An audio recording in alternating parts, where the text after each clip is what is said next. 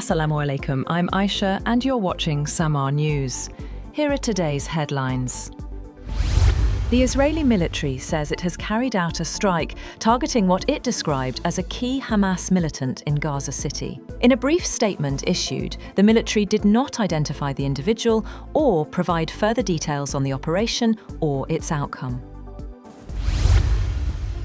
Turkish President Tayyip Erdogan says peace between Russia and Ukraine may be within reach, following talks with Russian President Vladimir Putin. Speaking after the meeting, Erdogan said he hopes to discuss a potential peace plan with the US President Donald Trump, adding that peace is not far away. Erdogan met Putin in Turkmenistan, where both leaders reviewed what Ankara described as comprehensive efforts to bring the war in Ukraine to an end, with Turkey reaffirming its readiness to support any peace initiative. Germany will host US and Ukrainian delegations over the weekend for talks on a ceasefire in Ukraine, ahead of a summit with European leaders and President Volodymyr Zelensky in Berlin on Monday.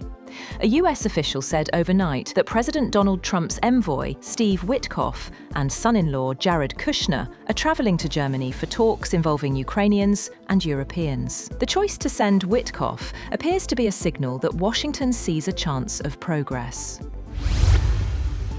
Iranian authorities have detained 18 crew members of a foreign tanker seized in the Gulf of Oman that they say was carrying 6 million litres of smuggled fuel. Iranian media reported that those detained under the ongoing investigation include the captain of the tanker and the crew were from India, Sri Lanka and Bangladesh. The authorities said the tanker committed multiple violations, including ignoring stop orders, attempting to flee, and lacking navigation and cargo documentation.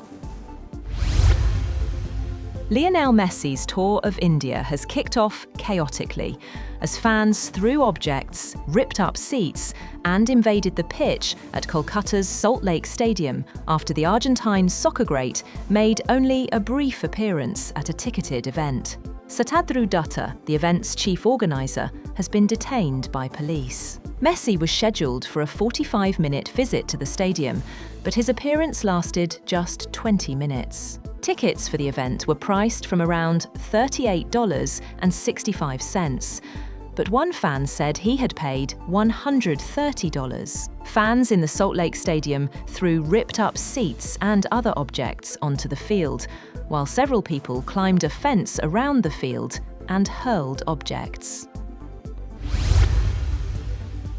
California and 19 other US states have filed a lawsuit seeking to block President Donald Trump's $100,000 fee on new H-1B visas for highly skilled foreign workers.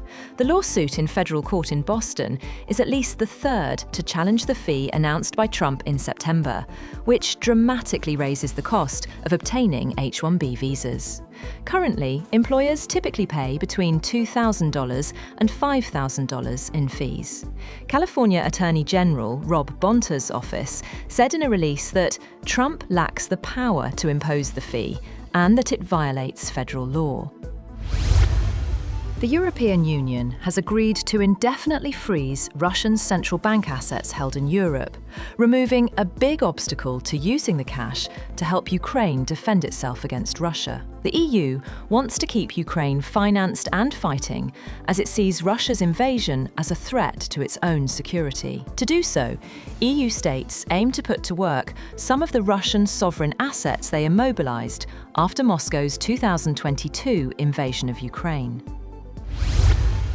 Meanwhile, Thailand's leader has vowed to keep fighting on the disputed border with Cambodia, as fighter jets struck targets hours after US President Donald Trump said he had brokered a ceasefire. Prime Minister Anutin Charnvirakul posted on Facebook that the Southeast Asian nation would continue to perform military actions until we feel no more harm and threats to our land and people. Cambodian Premier Hun Manet said Cambodia continues to seek a peaceful resolution of disputes, in line with the October agreement.